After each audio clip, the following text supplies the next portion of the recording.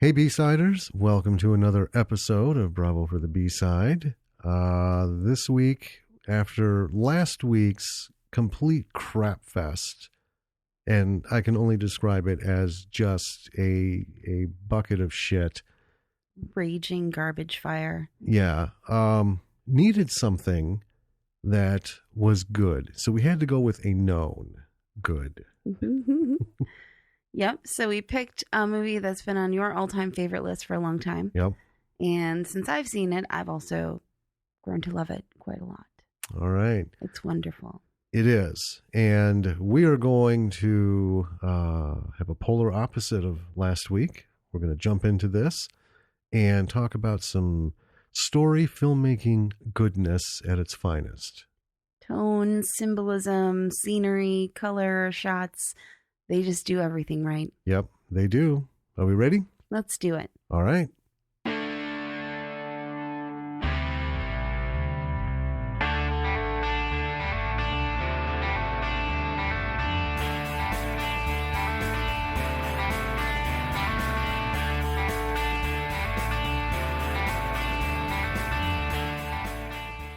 Welcome to Bravo for the B-Side. I'm Danny. And I'm Jim. And this week, we're coming at you with a movie that Jim holds close to his heart. This is my all-time favorite movie. Absolutely number one.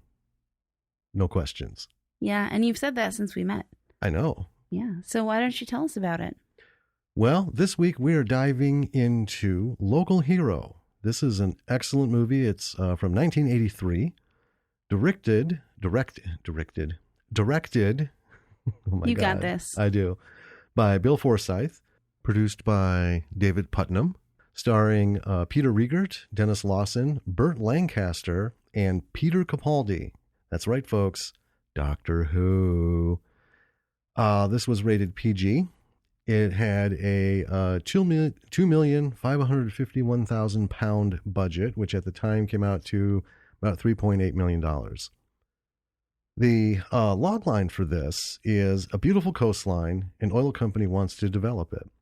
A poor beach bum wants to live on it, and a real live mermaid wants to save it.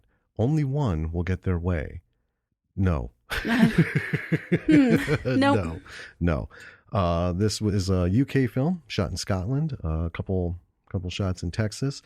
Before we get into it, the reason that this is being classified as a B movie is because David Putnam, if you don't know him, is the producer of Chariots of Fire, as well as The Mission, The Killing Fields, Being Human, Memphis Belle, and some others. Chariots of Fire was a wonderful movie, and while he was trying to get Local Hero done, everybody shot him down. While he was fishing for financing, Chariots of Fire started getting some Oscar nominations.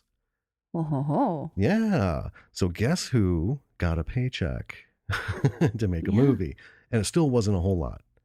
One of the quick things, they got Burt Lancaster, but he originally wanted $2 million. Oof. Yeah. David did that B-movie shuffle and begging, and we got Burt. So we'll talk more about what's going on with this film, but this is a wonderful, wonderful movie and so much to talk about. But let's tell you what's happening in the film. When it starts up, we open with a highway shot. We're focused on oh my God, it's going to be one of those. We're focused on a Porsche moving down through one of the freeways through a city, and a radio voiceover kindly informs us that we're in Houston, and curiously enough, it's talking about a lot of traffic congestion. So then we cut immediately to the inside of a large business building. It's Knox Oil, and we're watching a commercial screening, and it's one of those great like 70s era commercials with the music. Yeah, telling us all about our company. Yeah, at Knox Oil, we're a family, and we do things right. Knox Oil, your future, all that kind of stuff. It's wonderful. Lots of executives sitting around the table, lots of people smoking. Mm-hmm. Sign of the times. And when the presentation ends, we hear some snoring. That's coming from Mr. Happer, who is Burt Lancaster. The CEO, and he's fast asleep. So the executives sit there and whisper to each other. Their presentations. Yeah. So we need to get 60 miles of coastline. It's awesome. So they need to put a terminal in Scotland because they've got a pipeline going in the North Atlantic. And they need to buy Verness Bay for no more than $60 million. So that sort of sets the business limit. Here's the budget. Yeah. So then we cut to McIntyre, who is played by Peter Rieger. And he's walking with his friend Cal saying, I'm a telex man.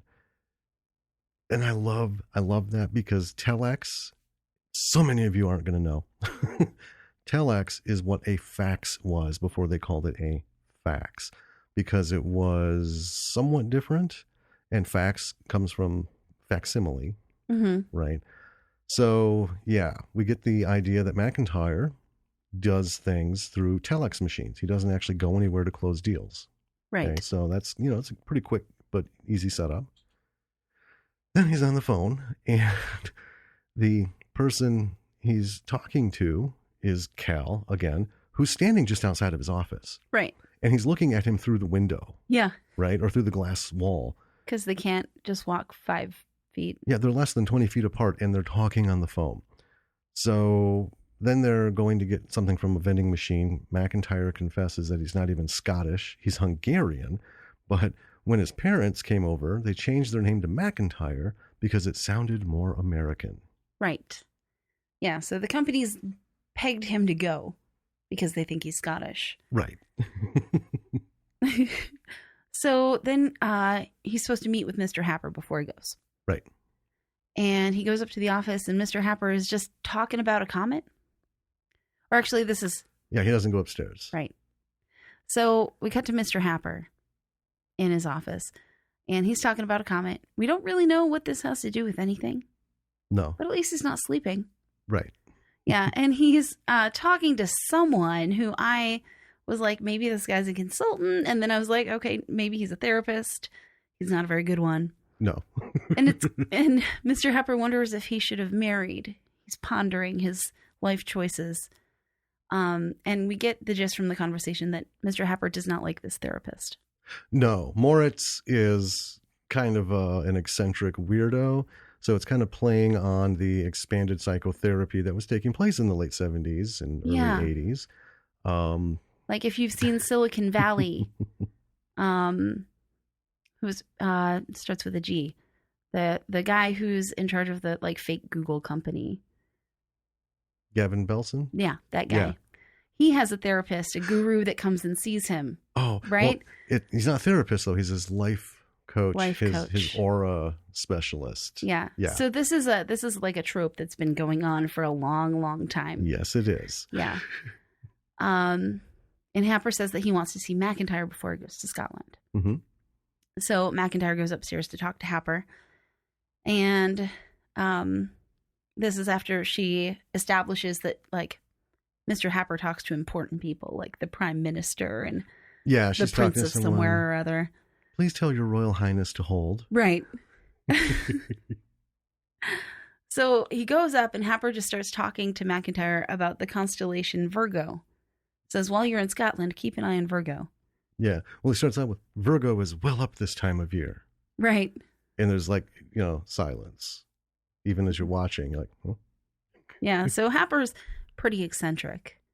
And he unveils a planetarium that just happens to be in his office. Right.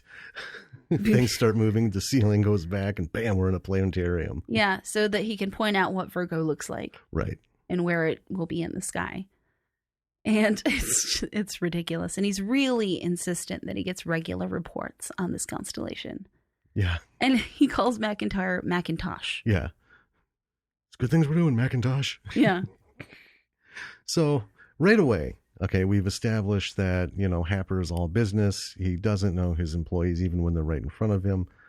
And he's, send in McIntyre. Way to go, Macintosh. Yeah. So then we cut to Mac is now back down in his office, and he's calling a woman who, again, is one of the women who sits just outside of his office. Mm-hmm. So one of his many secretaries / assistants. And he's asking her out. She says no. And then, bam, we're at his house. And he's making a call to his ex-girlfriend, Trudy. And the chat starts out somewhat civil, and then it really goes south quick. Yeah. Yeah. And this is more of an establishing shot, not so much of his relationship, but of where he lives. Because this apartment, it just speaks of money for the 80s. It's pretty big. You can tell he's in a high rise. And in a high rise, real big apartments are a lot of money. And being an oil executive of some fashion, yeah, you can tell the guy's making some bucks. And you can also tell that he believes he's happy in this lifestyle that he lives. Right. But we can see the cracks. Well, already, yeah. Yeah. But yeah, it's a very materialistic thing. Everything in there is nice. And unless you're a child of the 80s, right, you're not going to be able to look at that stuff and go, that hi-fi is, whoa.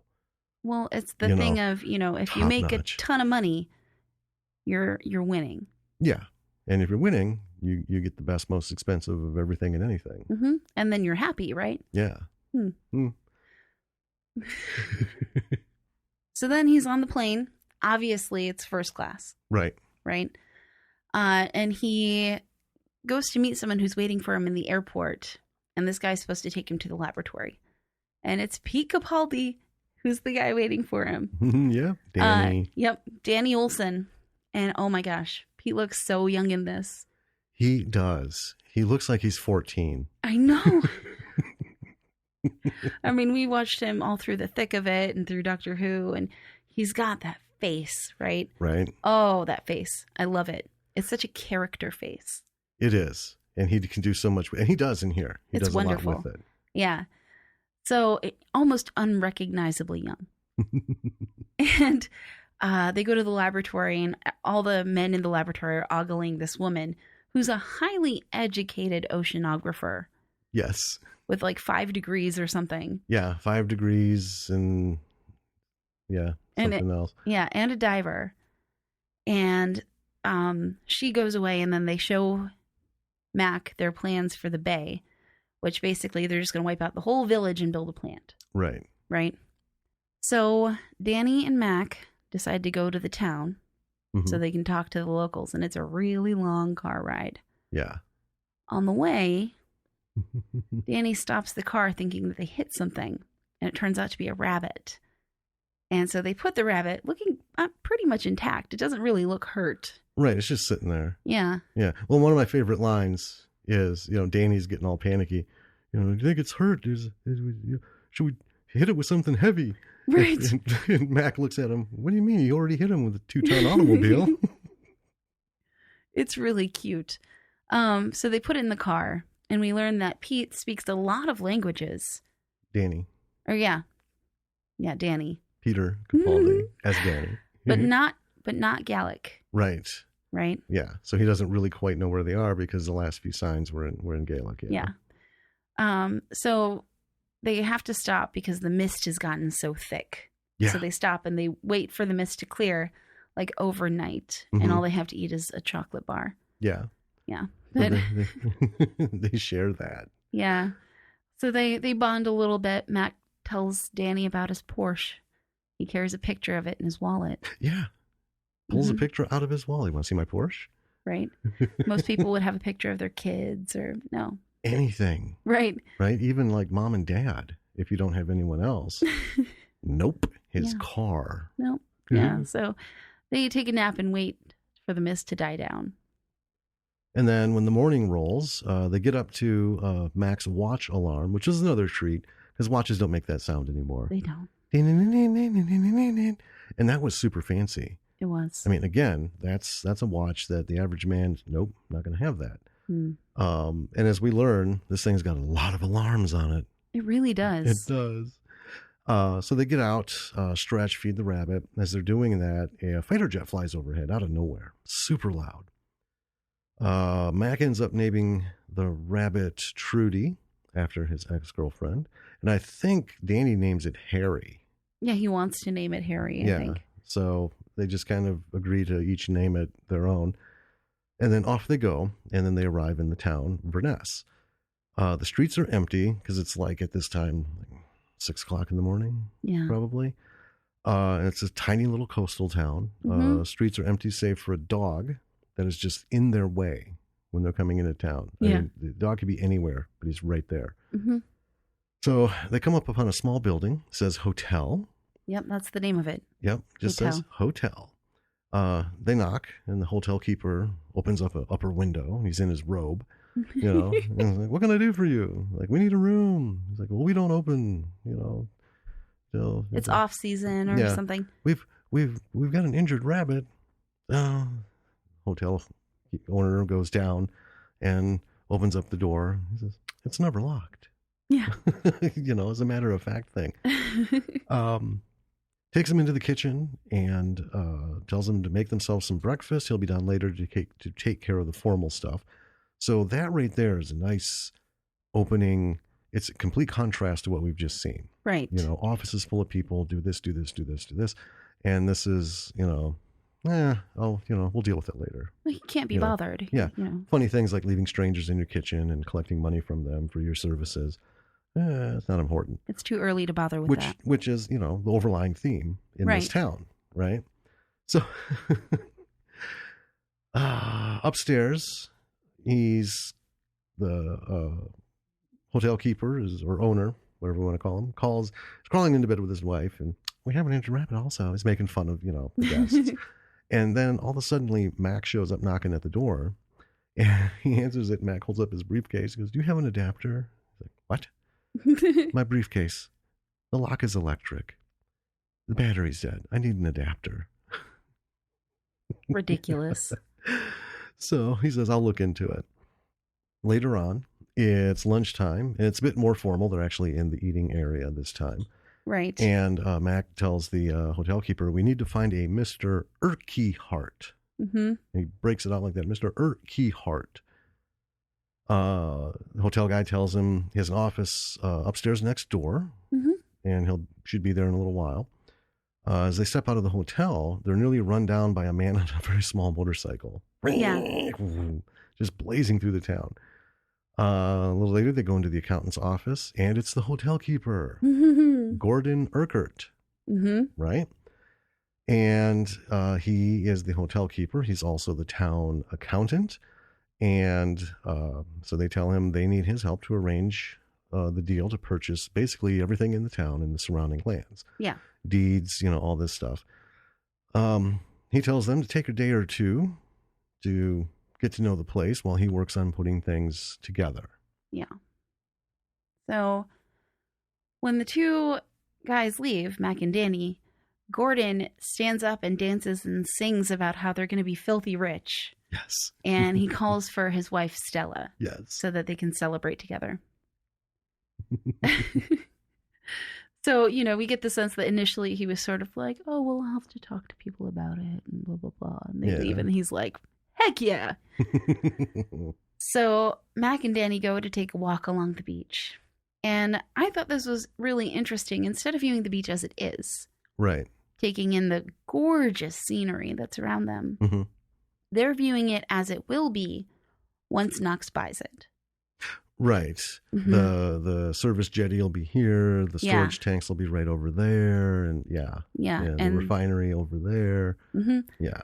And they talk about the importance of oil. Yes. So then Mac asks Danny if he knows anything about the stars.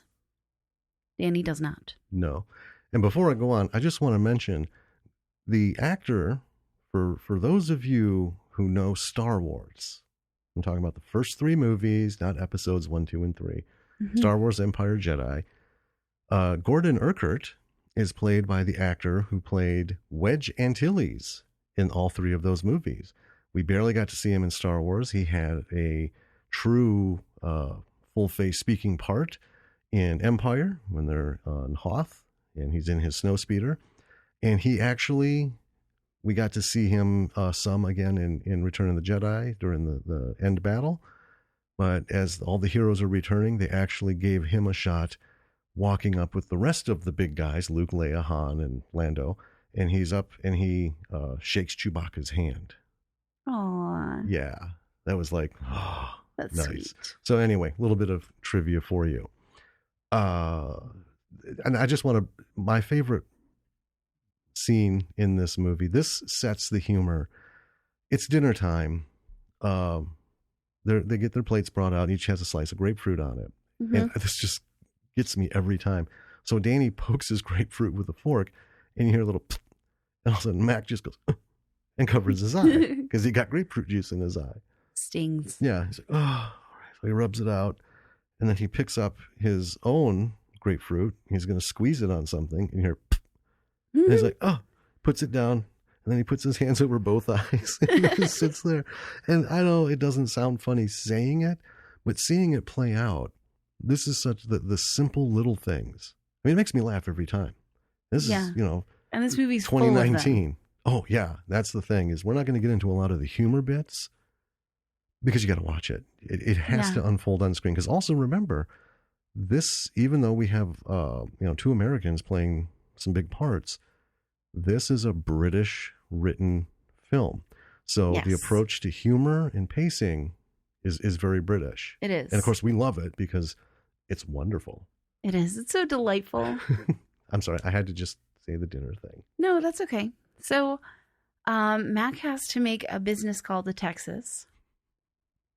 The only phone in town, I guess, is a phone box by the jetty.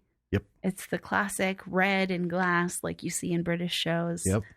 And I just thought, the days of payphones. Right? Most people are going to be like, what the hell is that all about? I know. I grew up next to a payphone, and people would do prank calls on it all the time. Yeah. So I would hear it ringing a lot. My bedroom was on the side of the house near the payphone. And a couple of times, actually, the police came to our house because someone had called 911 from the payphone. Oh, nice. And they assumed that because we were kids, and we played with it, but we never actually called any, Right.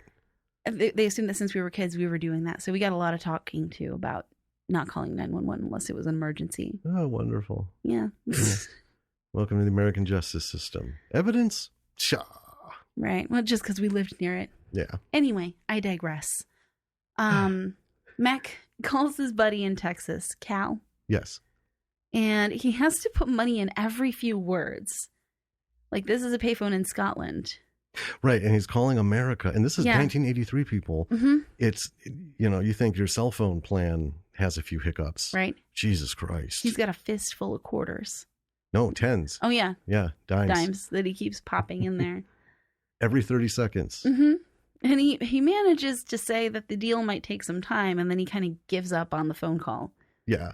Walks out of the phone booth and nearly gets run over again by Ricky, the motorcycle driver. Yep.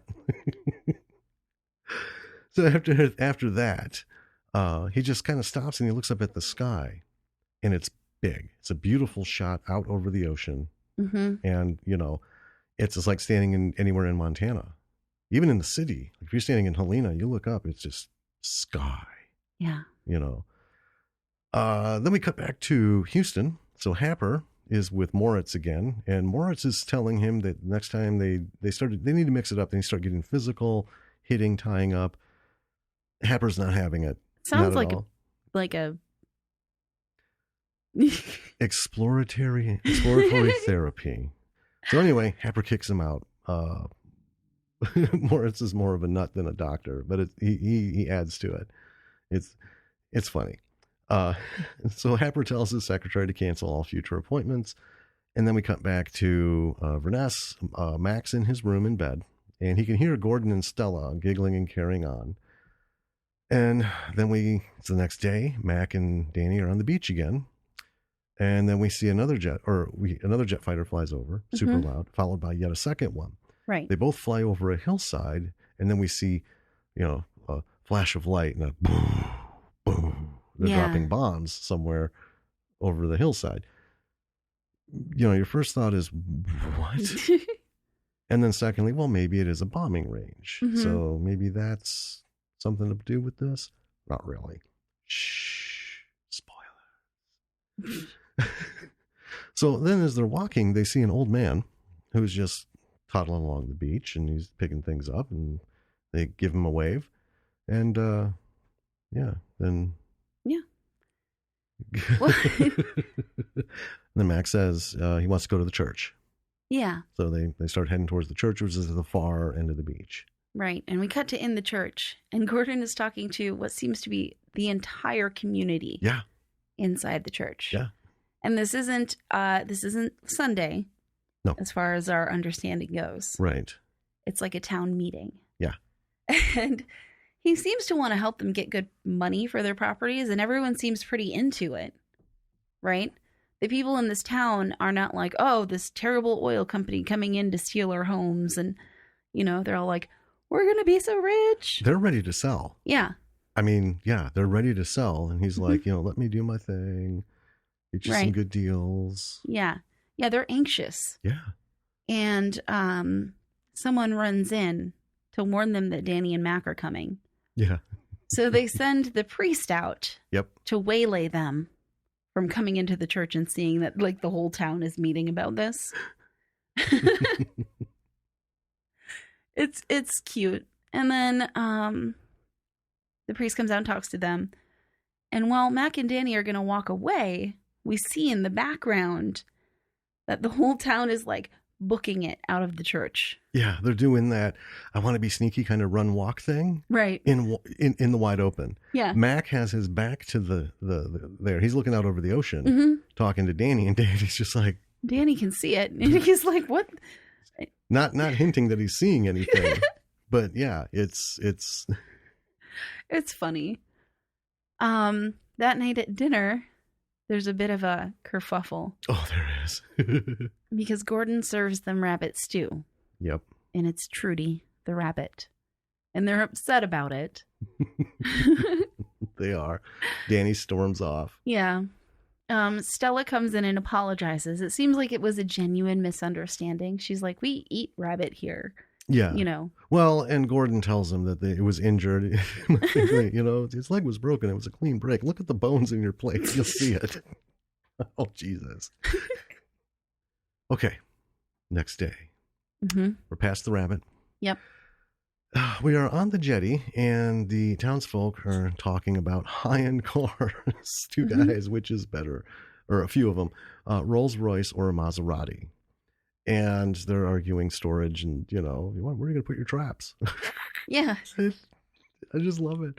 So then we have two of what are basically the elders, two of the oldest people in the village, standing next to another old fellow, Gideon, who is the boat painter. Every time you see him in here, he's painting. He's not painting the fucking boat. No. He's got a little piece of wood on the side of it, and he's painting the name on the boat. Through the whole movie, he's painting that name. It's a different name every time. So he's this time he's naming it Silver Dollar. Right. And so the two guys, they're like, Gideon, are you sure there are two L's in dollar? And he answers back, yes. And there are two G's in bugger it off.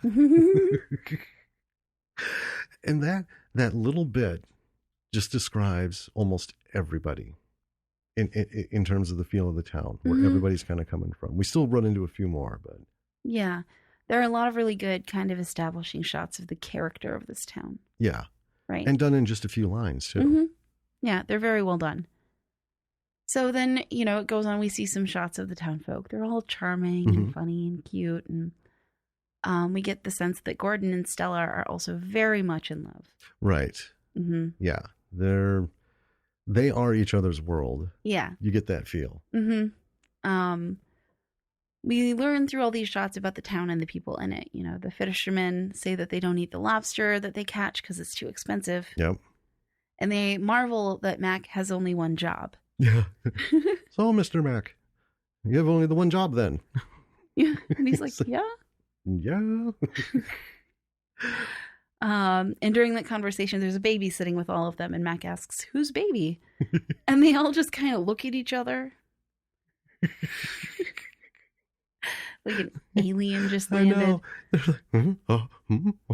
Baby. So, and it leaves you wondering, what the hell?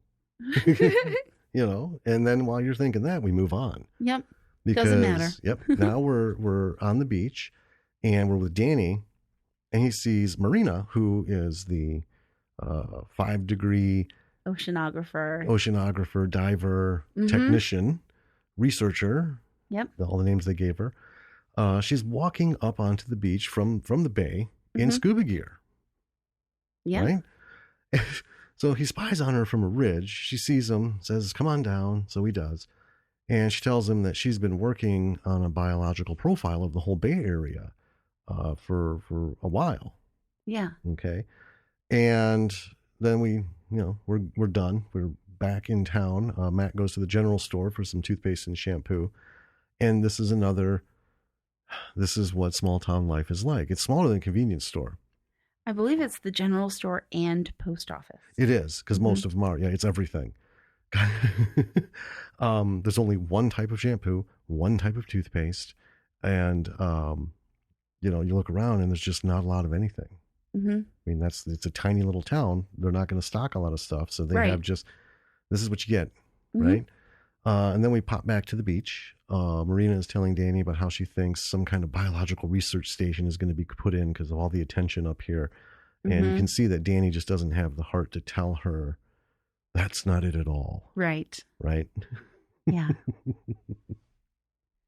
So back at the hotel, this is a really, really sweet moment. You can hear music playing, but I'm not sure if there's music playing in the movie, right? It's like tonal music. No, it's playing throughout the place, because remember later Matt comics, everywhere they go downstairs there's music playing. Okay. There's speakers in every room. Yeah. So at the hotel, Matt catches Gordon and Stella just dancing Slow together. dancing. Yeah. Yep. In the dining room. And it's so sweet. Yeah, just in the middle of the day and all this stuff going on, and they're just dancing. Yeah. It's adorable. It is. It's awesome. So at the bar, Gordon is also the bartender. Yes. And he does mention he's also the cab driver sometimes too. And I thought, cab? There's literally a 45-second walk from one end of town to the other. I feel like it's a part-time job at best. Well, maybe he goes from pub operator to cab driver when somebody has too much and they can't walk home. Because nobody's driving in this town. No, they all walk except Ricky. Except Ricky. Yeah. He's just burning it up. And we're starting to see, and I mean, we've seen it before, but we are starting to cement the fact that Gordon is highly, highly intelligent. Oh, he knows what's going on. Yeah. He's not some small town bumpkin. No. And he knows that making the Knox guys get to know the town and the people and the area is going to drive up the buying price. Right. Because they're gonna start inadvertently seeing value in things, and not just that, we thought this land was worth this, but it's beautiful, so it looks like that. Not so much that as when you get to know people, right? You get that attachment. Yeah. I have a baseball card, say, and the book says it's worth $25, but to me it's worth $5,000 because of how I got it, or something like that. I have a sentimental attachment to it. Somebody who has a sentimental attachment to that card because they had one time, right? Right. Or something, they might pay that $5,000. They might. Even though it's only worth $25. Yeah. Like, oh, the card's here. I can get it right now. It's in good shape. I don't have to, keep pissing about looking. Done. And I've done that with things that I lost as a child, and then. Oh, me too. I'm like, I don't care. I have limits. Like we go to Comic-Con, I see a lot of toys that I lost. What our daughter has of my Star Wars toys is barely representative of the cache of treasure that I had. And I find things, but like that die-cast ship set, it was like $250 for the three of them. Right. And no, because I bought those with my allowance at 50 cents a fucking week. Right. When I was a kid, they haven't appreciated in value. No. But so that's what he's playing, that smart game. Yeah. Yes. And so Gordon and Mac in the bar are talking a little bit about the deal, and they go down to the beach to an old guy who lives there in like a ramshackle thing. It's a hut made of pieces of boat and whatever the fuck else you can imagine. Doesn't have a door, has a folding or a double open window right halfway up, and you have to climb in and out of it. Yeah. And this beach hermit is named Ben. And he's a bit kooky, as you might expect. Yeah, but he's also very much in tune with himself. He is. And they ask Ben almost jokingly, how much he thinks the bay is worth. Yeah, while they're having tea. Mm-hmm. Yeah. And he just laughs. That's his answer. Yeah. Then they start talking about constellations and comets, and a meteor shower starts. Yeah. And Mac is awed. He's never seen one before. Nope. And Gordon's like, it's just a meteor shower. Like, what? Yeah. So we see a few very 80s VFX streaks of light. And then we cut to Danny in his room at the hotel, and he's in a tub submerged. You're like, what's going on? Well, you can see that he pops up, checks his watch. He's timing himself to see how long he can hold his breath. And it looks like trying to make it longer each time. Mm-hmm. So the next morning they leave the hotel. And as they step out, Mac puts his arm out. Soccer mom save. Soccer mom arm save. Yeah. Saves Danny from stepping into the street, getting hit by Ricky, who's, coming out of nowhere. Yeah. Danny just right away takes off to the bay, and the phone in the phone box is ringing, and someone answers it, one of the jetty guys, and calls for Mac. It's for him. And then as Mac gets in the phone booth, it's interesting. Ricky is driving the edge of the jetty, away from him. He's in the shot, but he's, 30, 40 yards away from Mac. Right. Still doing his thing. And Happer's on the phone, wants to know what's going on. Mac tells him about the meteor shower. He's like, where did it come from? He's like, it's the sky. They came down. What part of the sky? Part of the sky. He's like, the sky. Yeah. Happer's ridiculous. He hangs up the phone and he pushes a button. It's late. You can see the darkness through his office windows. Pushes a button on his desk and a wall opens up. Yes. And the first time I saw this movie, I told you, I thought, dude's got a little, like, he doesn't do lunch, he makes it. He's got a little kitchenette. Yeah. No, it opens to his fucking apartment. The rest of that floor is where he actually lives. Mm-hmm. And so Mr. Happer has this gigantic 2-story office. Yes. That's also a planetarium. Mm-hmm. And, not like what you put in your kid's room. No. He had the whole planetarium machine and everything. A legit planetarium. And then he's got a full penthouse apartment attached to it. Mm-hmm. So the guy literally lives at work. And that is super commentary for super 80s business. Right. I love it. So he goes in there, does his thing. Mac is on the beach. This time he's not wearing a suit. He's wearing a fisherman's sweater. I don't know if he has the sweater on yet. I think he's just walking around in his shirt and he's got his sleeves rolled up. Maybe. Yeah. Because he doesn't have a suit jacket. And he's walking around, and then we cut to Danny, who's at the bay. Marina shows up. We cut back to Mac. And now he's barefoot, walking through the tide pools. And he bends down, takes off his watch, sets it on a rock. And he's pulling shells and stuff out of the water. And then we are back to Danny with Marina, and they're looking at seals. And in the distance, and she's just enamored with the seals. She's, how clever they are, rascals, saying that, the salmon fishermen would shoot them on sight because they destroy their nets and everything. She's like, they know what they're doing. Yeah. And Danny just makes a comment that says, sailors used to think they were mermaids. And she looks at him, gives him this peculiar look, and just says, yeah, they were wrong. Mm-hmm. And that plays in a little later. Right. Yeah. So we get a bunch of other little shots that more build up the character of the town, and that's something this movie does really beautifully. It through little things like the way Mac is dressed throughout the movie, and right. How far Ricky the motorcyclist is away from him, and how he interacts with the people of the town. Mm-hmm. It increases and builds as the movie goes along. Yeah, it's noticeable. Yeah, it's clearly very symbolic, but it also is very believable. Yeah. Mm-hmm. So the general store owner gets a radio signal and is just thrilled to learn that the Russians are coming. Yeah, it's very staticky. It sounds, you can hear it sounds kind of Russian, Yeah. but yeah, it's super staticky, like spy radio. Right. You know? Yeah. And she just loses her shit. Yeah. She's keyed up. And then we see an angry woman dropping off a cheerful looking fellow in a boat. Yeah. She's like giving him an earful. In Russian. Yeah.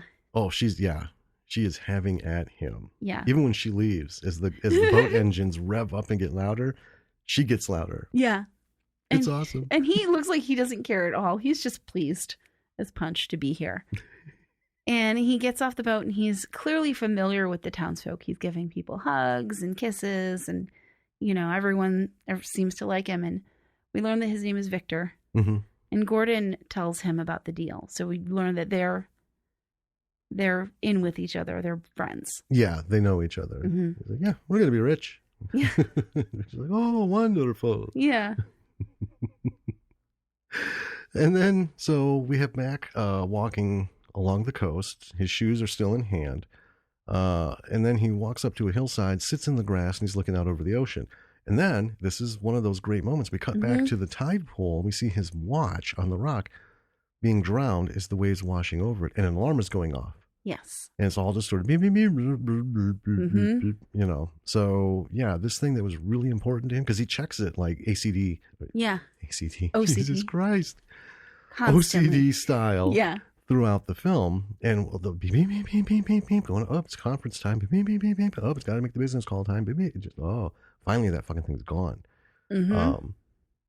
We cut to Danny, who's getting a little fresh with Marina, trying to impress her with some languages and stuff, ends up kissing her knee, down her foot, or her leg. And then when she gets to her foot, you see she's got webbed feet. Yeah. And he's like, huh? And then we're done.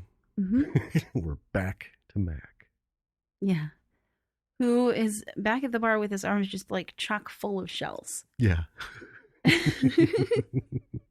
And that is all he's concerned about right now. Yep. Are the shells. And he sees the Russian, Victor, and Gordon doing some paperwork. Yeah. And Victor tells him what some of the shells are. Yeah. Oh, this is very good to have. Yeah. Mr. Mac. Yeah. And it's funny because this establishes Gordon as well. Because Gordon is like, look, I've taken your stuff and I moved it over here and the yield and this and that. And they've got Stun's paper and Victor's just signing. Yep. And Gordon's like, maybe you should get in, think about real estate. Once this deal closes, I'll be fairly liquid. Right. Oh, Gordon, you know who I am. I'm a cash man. Right. Yeah. So he's Victor's accountant, basically. Yeah. Handles, Gordon. And that really sets up Gordon. The town, trusts him. Mm-hmm. But now this guy trusts him to handle his future. Right. Because back then, you weren't making investments with your money like this in Russia.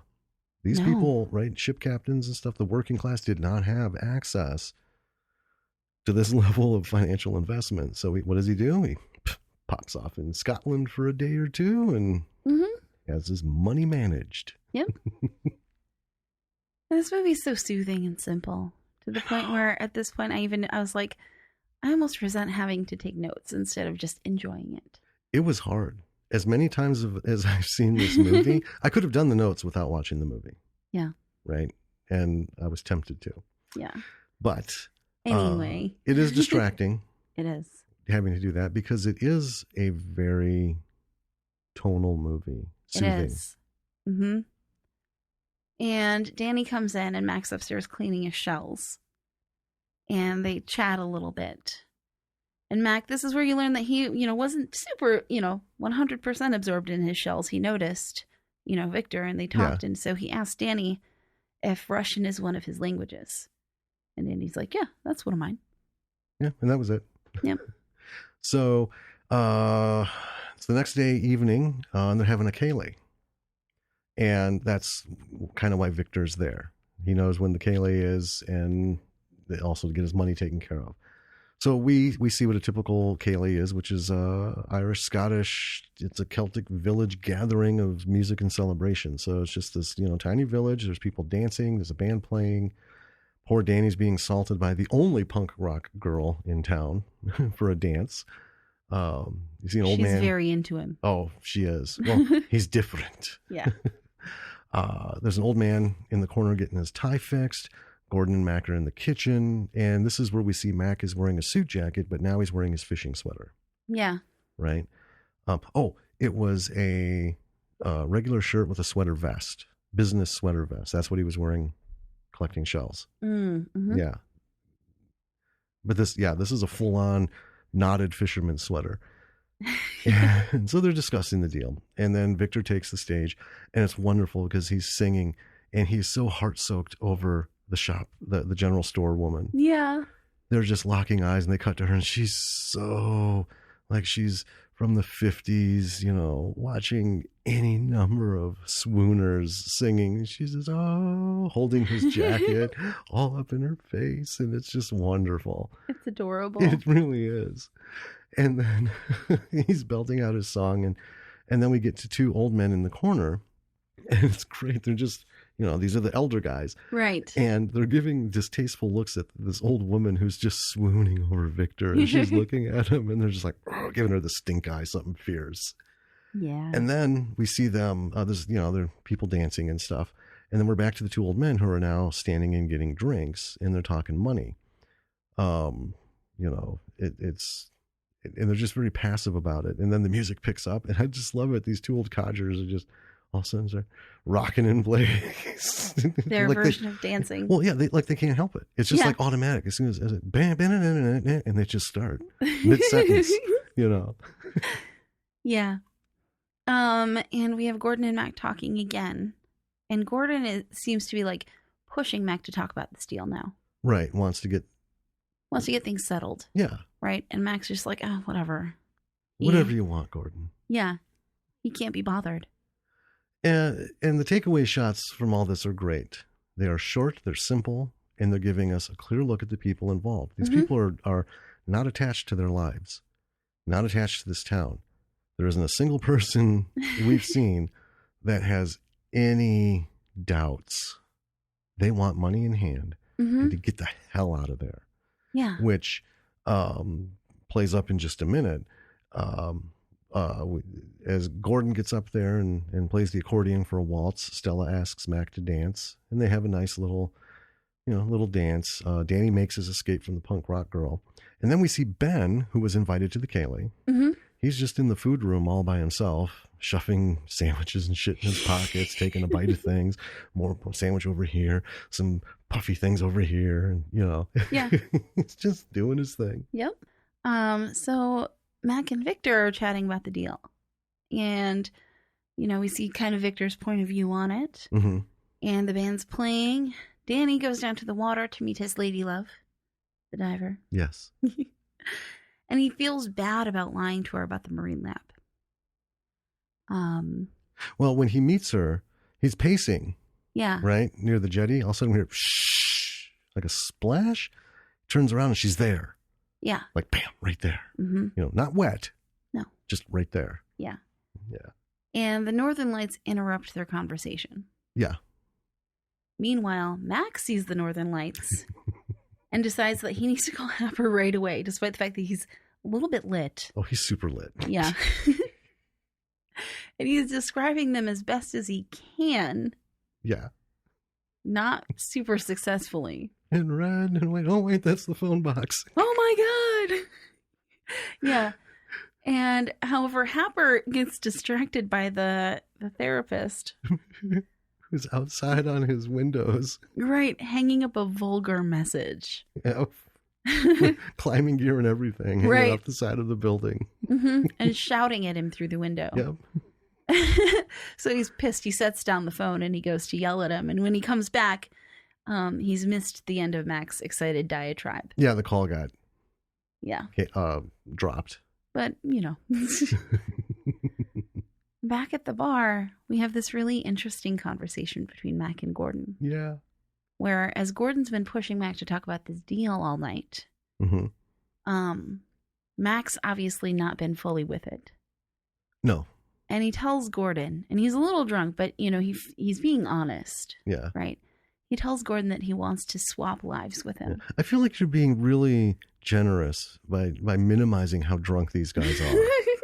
Okay, they're each a half a bottle from comatose. That's They're fair. a quarter bottle from not being able to move or walk. They're well into it. And yeah, so he wants to switch lives with him. Yeah. And Gordon's first question is, well, what about Stella? And Mac's like, well, I love her. Obviously, she would stay with me. Right? I'd make a good Gordon. I love that. I'll make a good Gordon. And Gordon goes, sure, Mac. Yeah. You're a good friend, Gordon. So the next day, we have Max sitting outside talking with Victor. They're talking cars, insurance, sound systems, kind of connecting that sameness, right? This guy's a fishing boat captain, but he has a hi-fi at home, quad, and this and that. Talking insurance on cars. They exchange cards with their contact information, addresses, and phone numbers. And then Gordon shows up saying there's a problem. Apparently the beach that Ben has been living on is actually Ben's beach. Literally. Yeah. He owns all of it. The entire beach and some miles inland, apparently. 4 miles. Yeah, it was some sort of family inheritance thing. And then Mac is told that Happer had called and said he's on the way. So he's like, son of a bitch. Okay. So they're off to talk to Ben. And it's funny because as they're doing all this moving about, we hear Ricky, and he's hundreds of yards away in the hills right behind the town. And you see him. Right. So he's not even near Mac now at this juncture. And then as they're walking along, they find out Ben's last name is Knox. Interesting. Right. They never make a connection. I'm just going to say that. Right. Right. But his name is Knox. We learn as they're talking to Ben, it's been in his family for 400 years. One of his family helped minor nobility out of a problem. And, they try to explain to him that somebody wants the beach. Ben says he's still working and it's his living. And we see that it's another day. And then they're back at Ben's. Mac is trying to sell Ben on another beach. He's got postcards and stuff. Ben's not interested. A lot of back and forth. And Ben's just it's not important to him. Right. I don't want your fucking money. No. So they, later, they're at the hotel giving him dinner. After dinner, he strolls home with no deal made. But as he walks away, the townsfolk are like, Ben, can we have a word with you? And, Gordon's like, maybe we should walk him home. Yeah. So they do. And it's great. Ben has a chance to tell them that 200 years ago, the beach supported 300 people. Because they're like, if you sell the beach, there'd be a lot of jobs and stuff. And he goes, well, it's always been that way. They, extracted oil from the kelp and stuff that washed up, and stuff. And then I love it. He just, without even looking at him, he's like, if you got the beach, it would be goodbye beach forever, wouldn't it?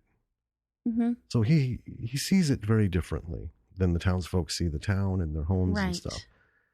And then Gordon sees the townsfolk. It's very, very 30s, 40s sinister moment style. You can see them coming down with set of lit torches. They've got their flashlights weaving down the hill behind the church. And Gordon's like, oh, they've taken the church road. And I remember first, I still feel it, but the first time I'm like, oh, Jesus Christ, this is going to get grim, isn't it? Oh my God. So then suddenly there's a light in the sky, and it's a helicopter. It's Happer. So he lands, they tell him what's going on, and Happer wants to talk to Ben. Saved by the helicopter. Yeah, because everyone's like, what? So, right. It's almost like torches and pitchforks. Yeah. Right. So, Happer's talking to Ben for a really long time. Right. And he finally exits Ben's shack after, everyone is just outside waiting forever. Mac runs to talk to him, and Happer has changed his mind about the refinery. Yeah. Says, I don't think that's the thing to do here. And Danny brings up the marine lab idea that he's been chatting with his lady love about. Yes.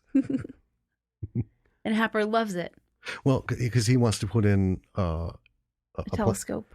A giant telescope and planetarium. He wants to do research there because of the sky. He's got 30, 40 uncharted objects already. Yeah. Happer's really excited about the celestial possibilities. Yeah. So the sea part of it just sea and sky sea or and something sky. about sea something and sky. Sea and sky. So he just tells Mac, and he's so dismissive, Right. tells Mac right away, now take the helicopter, go to Aberdeen and tell them to change the plans, then go back to Houston and get to work on it. Yeah. Which also, I made it sound like get to work on the changing plans and make this shit happen too. Right. Yeah. And Right. Mac is not keen to leave. No, he's not. You can see it. He's just like, He's just deflated. He doesn't want to leave this place. right. And without pacing out the back end of it, in the end, everyone still gets their money. Happer is still buying everything. Right. Right. And everyone's still going to get their money. But anyone who stays can also have a job at one of these new industries he's putting Right. in. Right. And I don't know what the deal with Ben is. Maybe Ben's not losing his beach. He might let him build on it. But we get the feeling he's still going to live there. Yeah. And be a part of all this. Have access to it, which, would be awesome. Yeah. So it's kind of still a happy ending in the end.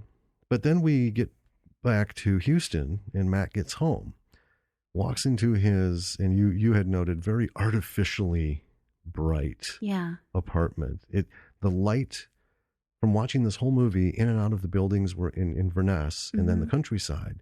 It's all kind of a single type of light that you get used to. Very all of a warm sudden, and natural. Yeah, he walks into his apartment. You're like, Yeah.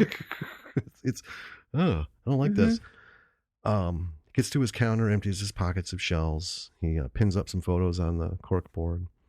And he goes to the balcony, opens it up, and there's nothing but city sounds. Sirens in the distance, cars driving by, regular city stuff. And no stars. No stars, hazy sky, and you can't see because of all the lights from the city anyway. Yeah. Right. And so it kind of fades a little bit, and then we fade into the jetty. So we're out, we have a look at Verness from the ocean, from the bay, and we see the phone box on the jetty, and it starts ringing, and there's nobody in town to answer it. So I'm guessing this is a little while later. Yeah. He's homesick almost. Well, I feel like this movie ends happily for everyone but Mac. And I always thought, every time I've watched it, including the first time, that it was him calling the phone booth at the end. Yeah. Yeah. You know that it's him calling, but there's nobody there. Right. And that's the curious thing is, and then the credits roll. So we're done. And we have some awesome music by Mark Knopfler. I'm going to get into that in a minute. The thing with that was the most striking scene of the movie, is that solely empty, town with that phone box. He doesn't have anybody's information. No. Right? He was so enamored with it, but life goes on. Yeah. See, they have found new lives. And they couldn't get out of there fast enough. Right. Because when they're talking with Victor, or when he's talking with Victor at the Kaylee, Victor tells him, you can't eat scenery. Right. You're doing these people a huge favor.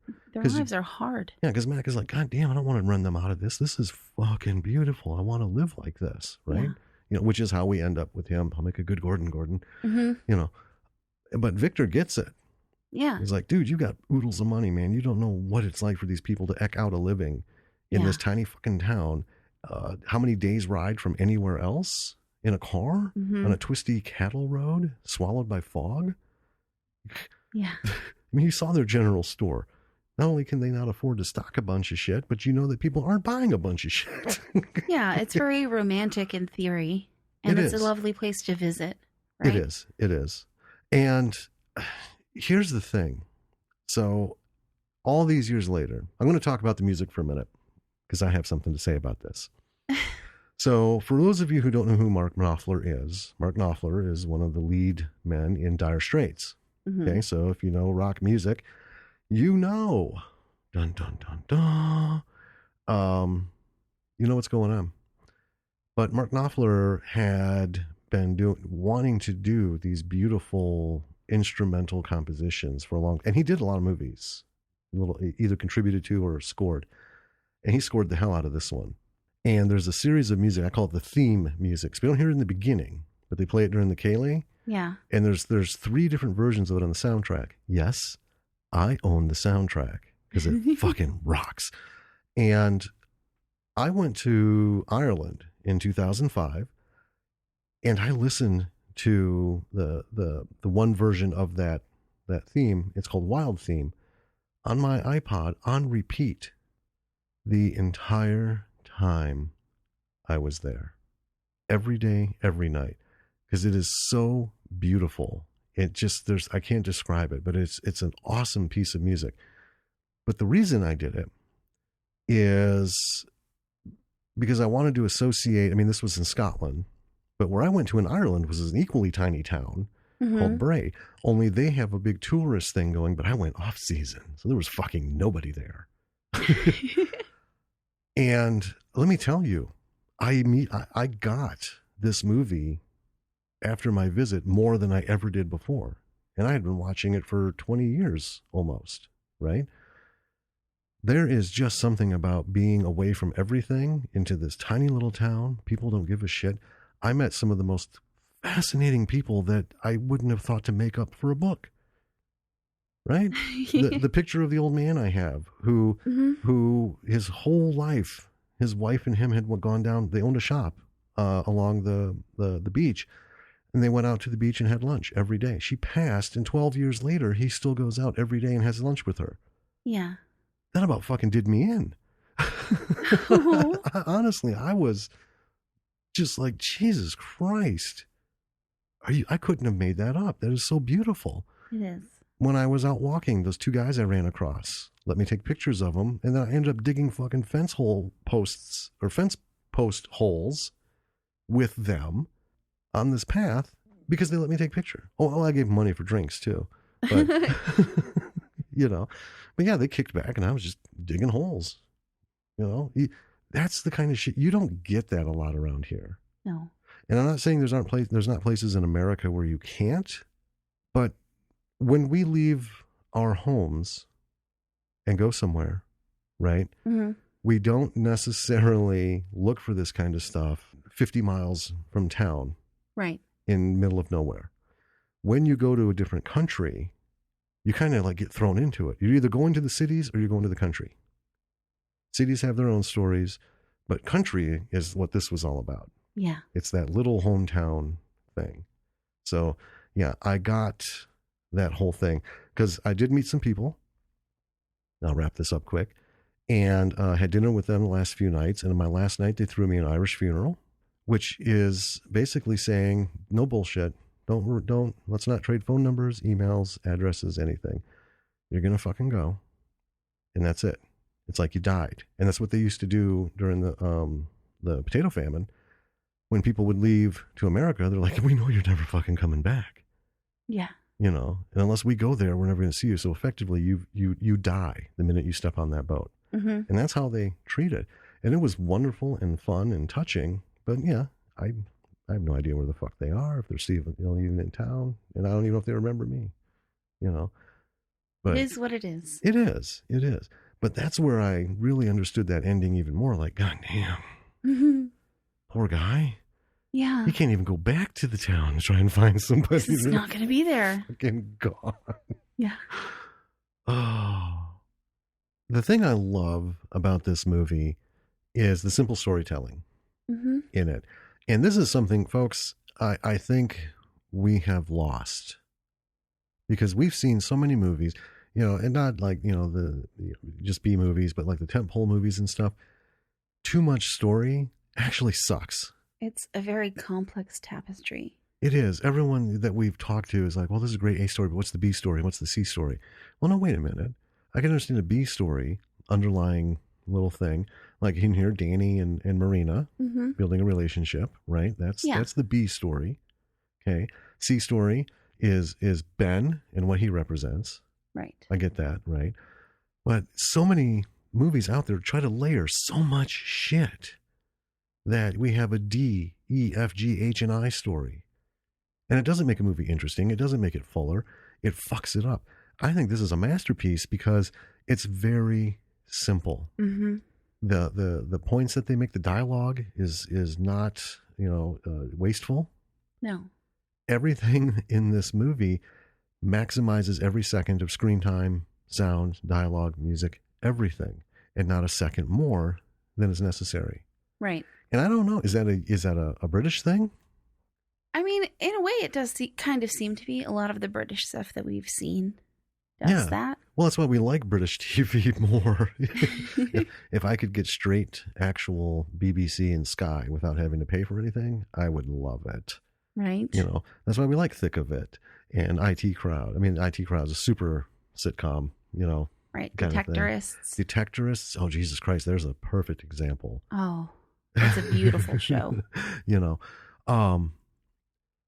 so, you know, like, for example, our series, right? We've had people say, well, what's the C and D story even? Like, well, wait a minute. This is a serial. From one episode to the next, it's this just long ongoing thing about the main character. The B stories are the things that happen in the periphery in each episode. Right. While this main thing is going on. We don't need to layer a bunch of shit. We don't. You know? I feel like it's already complex enough as it is. It is. Sherlock Holmes. Let's use his for an example. Okay. The Sherlock Holmes stories are laid out simply.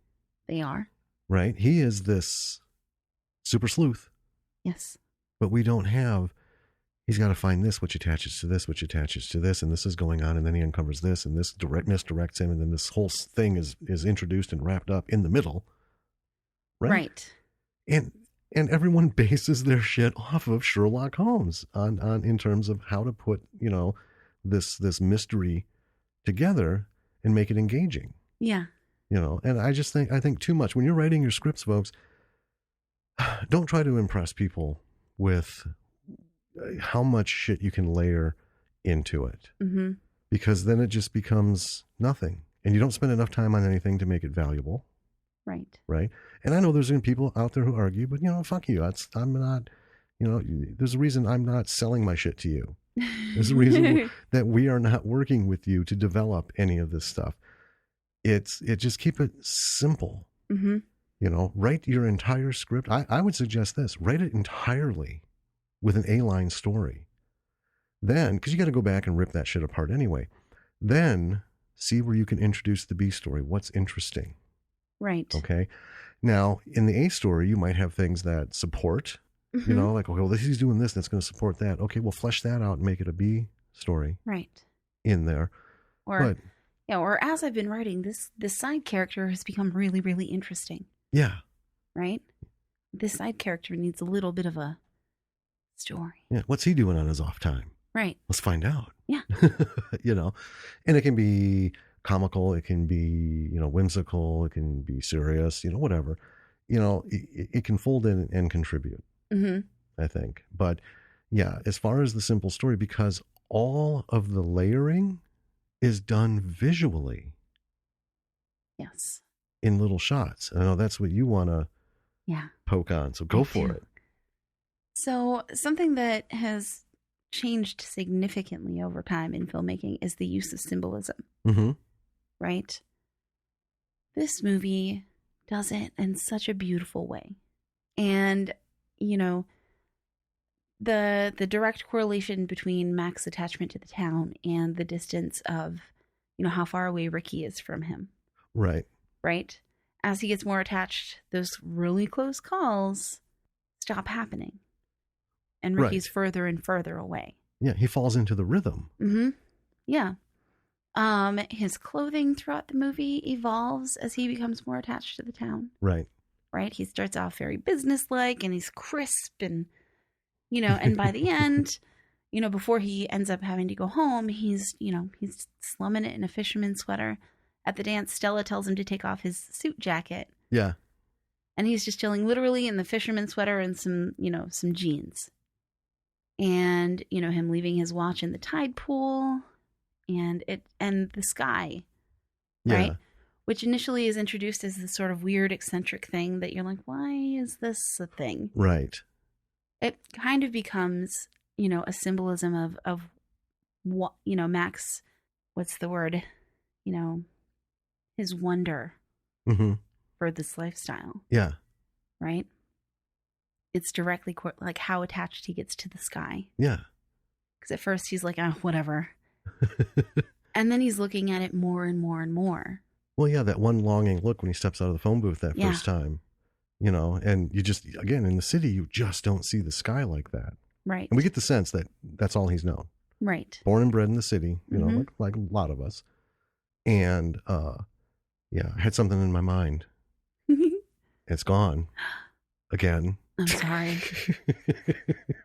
Damn it. Um, oh, as a juxtaposition of lifestyles is when Happer comes back at the end and he sees McIntyre on the beach. At first, he thinks Danny is McIntyre. Right. So that's, you know, Happer doesn't have a fucking clue. And then he's like, I'm not McIntyre. Well, where is he? And he, you know, I'm McIntyre. And he turns and looks and he's like, ugh. He gives that look like, right. oh, Ooh. like somebody just handed him a turd. Right. Well, You know. he assumes that he's one of the town folk. Yeah. And then he tells him, go get cleaned up. Right. Like a parent. Mm-hmm. Go get cleaned up. Yeah. That's, you know, and I'm thinking, I don't fucking see anything wrong with him. It's not like he's, you know, got grizzle and a big giant beard and he's Right. unwashed and stuff. I mean, Yeah. but yeah, that Right. that's the symbolism, puts it right there together at the end for us too. And so symbolism can be a powerful tool in filmmaking. Yeah. And I find that nowadays it's either like so artsy and overdone that it is. Yeah. Well, like I said, they'll cut to a scene and people will review a movie or Mhm. talk about it and say, oh, and that shot of so-and-so, man, that was such a statement on whatever it's supposed to be a statement on. Right. And almost all the time, it has nothing to do with the fucking movie anyway. Well, you know, that's really interesting because it's either like artsy and overdone or it's accidental. Oh, yeah.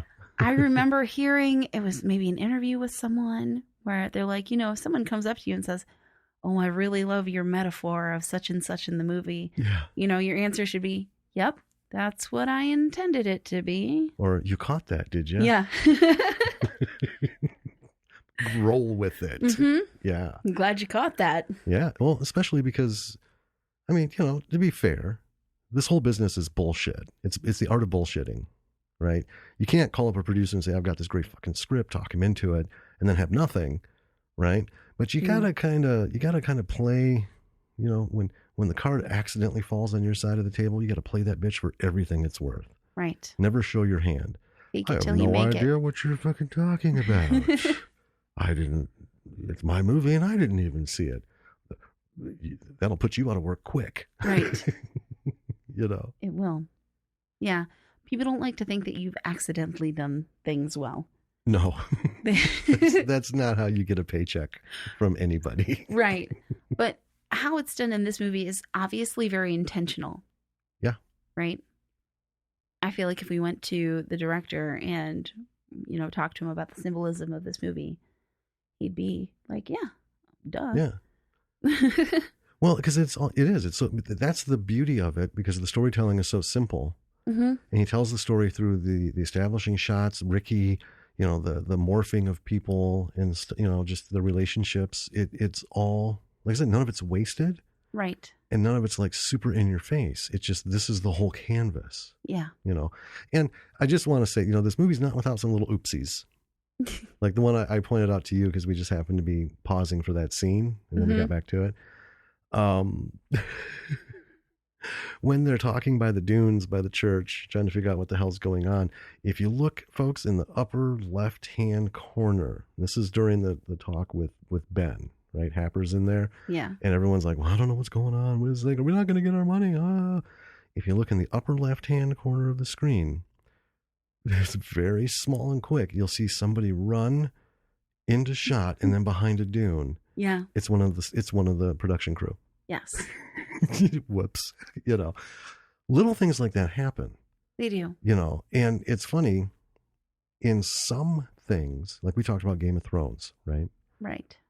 That shit's inexcusable for that amount of fucking money that they're asking from the network, that they're paying the actors and the crew, and the fucking money these guys are making to get this shit done right. Oof. Yeah. Water bottles and Starbucks cups? No. That's not whimsical and cute. That's stupid. In something like this, it didn't detract from the movie. I didn't immediately think, oh, Jesus. Because we could do 50, 60 episodes easily. Yeah. On just a couple of our favorite movies, talking about all the shit that's not supposed to be in there. I could spend easily 60 hours just talking about Fear and Loathing. Oh my God. But here's the thing. It works. It does. You know. So, yeah, little screw-ups like that aren't a big deal. No. You know, and that's tells the power of the storytelling behind this. One of the things that I found researching, you know, the facts and figures of this, because I don't commit this shit to memory. It's a good movie. I don't need to fucking know the budget. Well, I do now because we have this podcast. But apparently this year, or it's supposed to be sometime this year or early 2020, this is getting added to the Criterion collection. Kudos. Yeah, and they're going to remaster it and release it on Blu-ray. And you're going to be first in line. Well, maybe. Here's the funny thing, folks. Took me forever to find this thing on DVD. It vanished for the longest time. So it came out in 83. I didn't see it in 83, right? Because I was only 13 or 14 when it hit. I saw it a couple years later on HBO. Because that's how you know it's a B movie. Because HBO, for any of you who remember when that started up, they had one major movie, and they showed it like 4 different days in the month at a specific time. 4:00 Thursday. That was it. There was no streaming. There was no nothing. And if you fucking missed it, you were, you know, unless you had a VCR. Yeah. Which back then, not a lot of people did. It was in 85. Okay. Is when I saw it. I happened to be sitting, and you know, I was watching the end of whatever was scheduled to be on, and then this rolled on, and I remember watching the first opening shot, right? Yeah. With the car, and that's not it's not an eye grabber. No, it's pretty standard for this era of movie. Yeah, but then there was something about when that commercial was over, and I saw Burt Lancaster sleeping in his chair as Happer. And the executives whispering, like, what the fuck is going on here? So, and then I was hooked. And I was so sad for the longest time because I couldn't find it anywhere. They didn't have it on VHS at the time. HBO was, the only place to go. And when they did get it on VHS, I did have it. And of course, I wore it out. It broke.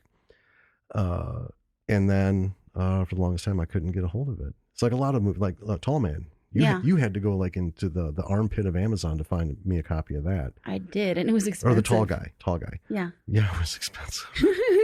But I love you for it. Aww. But when I saw this sitting on the shelf in a Hastings in Arizona, like, gonna have it. There you go. And I've been clutching that DVD ever since. And just this week, I bought it on iTunes. Yeah. So we could have it digitally. So I didn't have to worry about, cramming it into the PS4. And, I'm not going to buy the fucking TV remote for it. So using a controller to control a video, folks, it's just not my thing. It shouldn't be anybody's thing. It shouldn't. It also protects your DVD. Well, it does. It does. And one day I will run across Mr. Riegert or Mr. Capaldi, and I will have them sign it. Yeah. And then it's going to go in the collection with Rocky Horror, and hopefully we'll get some others signed by these stars, because that's right, folks, we got Rocky Horror signed. Barry Bostwick. By the man himself, Barry Bostwick. Yeah. Woo. Okay. Big for us. We don't care. So yeah, big thing, Criterion collection. I think, well, it is huge. And a lot of people think of those as artsy films. This isn't artsy, but goddamn if it doesn't show the art of filmmaking and writing. It really does. Efficiency, absolute efficiency in storytelling. I think this is one of the pinnacles. It should be in film schools. It should. And folks, if you can go out there and you can find it, you can rent it off of iTunes. Yeah. Do it. Do yourselves a favor. It's not expensive on iTunes either. No. It's $10, I think. Yeah. $9.99 to buy it. Watch this because it's going to do you a great service. It's going to expose you to the core of storytelling and British storytelling. I'll say that because you'll see a huge similarity between this from 1983 to things like The Detectorists, which is the last 3 and 4 years. thick of it, which was 2003 to 2008 or 12, because they had some big gaps. There were gaps. Yeah. I mean, British shows, if you folks don't know, can go years between seasons. Yeah. So it's kind of frustrating. But a lot of British storytelling is so efficient, and it just brings you in, you know. And I've seen this hundreds of times. Mm-hmm. And it's still, I want to go and watch it again right now. I might. So I want to talk about the budget. Okay. This is a pretty big budget. I mean, to be fair, right? It is, we talked about Bubba Hotep having $1 million. I know. And that was... we argued about whether or not this was a B movie. Right. So, yeah, the struggles he went through to get this, it qualifies as a B movie because it was made overseas. MGM paid $1.5 million for the U.S. rights, and it didn't hit everywhere. No. Right. And I think I forgot to look it up. Everyone got their money back, and it made a small amount over. This was not, a little bit of profit. Right. A blockbuster. I want, for those of you who understand the Criterion Collection, one of the recent additions was Eraserhead. Yeah. Okay. That motherfucker made almost no money. That movie's wild. It is. But it has so much going for it. Mm-hmm. This could be a cult film. I mean, I think it would be fair to call it a cult film. I've talked to, I don't know how many people who have no idea what this movie is. Yeah. Right. And you should. Doesn't matter when you were born. Doesn't matter what your genre is. Watch this bad boy. See the humor that we can't explain.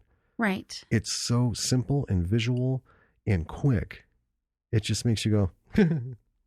It's funny because I was talking to someone the other day about our podcast, and we had just got done watching this and making our notes. Mm-hmm. And I was explaining that this was one we were going to cover. And it was this guy I was talking to. He was coming through work, and he was like, "What? That sounds familiar. What is that about?" So I sort of explained the plot to him, and he was like, "Oh yeah, I saw that. I haven't really talked to anyone who's seen that." I know the pain. Yeah. Yeah. Well, I want to get back to the budget quick. So it was a lot of money for this film. Mm-hmm. Okay. A big portion went to Burt Lancaster. So that's the thing. Yeah. Okay. Peter Capaldi got probably British union rates because he wasn't huge. He wasn't in a position to command, money. Yeah. Right. But the struggles that, again, had to take place, because this was almost never made. Yeah. Which is a shame, because anyone, even before awards and stuff, Chariots of Fire was like this. It was so brilliantly done. And the story was so magnificently told and efficiently and simply. Right. And you got, a small group of athletes. Things are happening with each of them, but you're not on these wild ass diversions. And I can't imagine how anyone would watch that and not go, "Oh, yeah, we'll give you some money." The fuck were they thinking? No. Piss off. Send the guy to raise his own fucking money. Yeah. And here's the thing. So it was a lot of money, figuratively, especially back then. I mean, 83, that's true. 3.8 is not nothing. Teeny, right? But he used every bit of it. And especially getting Knopfler to score this movie, which brings out even more of it. If you approach somebody for an investment, to produce your thing, to come on board or whatever, and they basically tell you to fuck off, here's something that you need to know. And I think we've mentioned this before. In this business, that shit cannot last. You can be angry, right? And you could be like, "You know what? Fuck him. I'm not going to see him." Don't ever let pride get in the way. Because if that person does come back to you, if they approach you, even better, right? But if they end up on another list of people, and they're like number 2 or 3 on that list because of this opportunity, go to them again, folks. This business, people tell you to fuck off consistently. And that same person who told you 10 times to get out, never mind, forget it, this is crap, I wouldn't touch it, never mind, could be the one who says, I can't wait to fucking do this. I'm going to kill myself working to get you money, and I'm going to find actors, and we're going to make this goddamn thing. Right. Roll with it. Okay. Yeah. This is all about frenemies. Well, it's a matter of You right know? person, right time, right place. It's also a matter of don't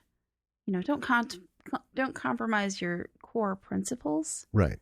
but at the same time, do not casually burn bridges. No, that's in a super extreme situation where you would do that. So yeah, just remember, you might be a little scorched. Yeah. Right. But you're going to walk across that bridge again. You have to doing this. So, just bear that in mind. You got to just like suck it up. And, if you know in your heart you got a good story like this, you come up with something like, God damn, this is tight.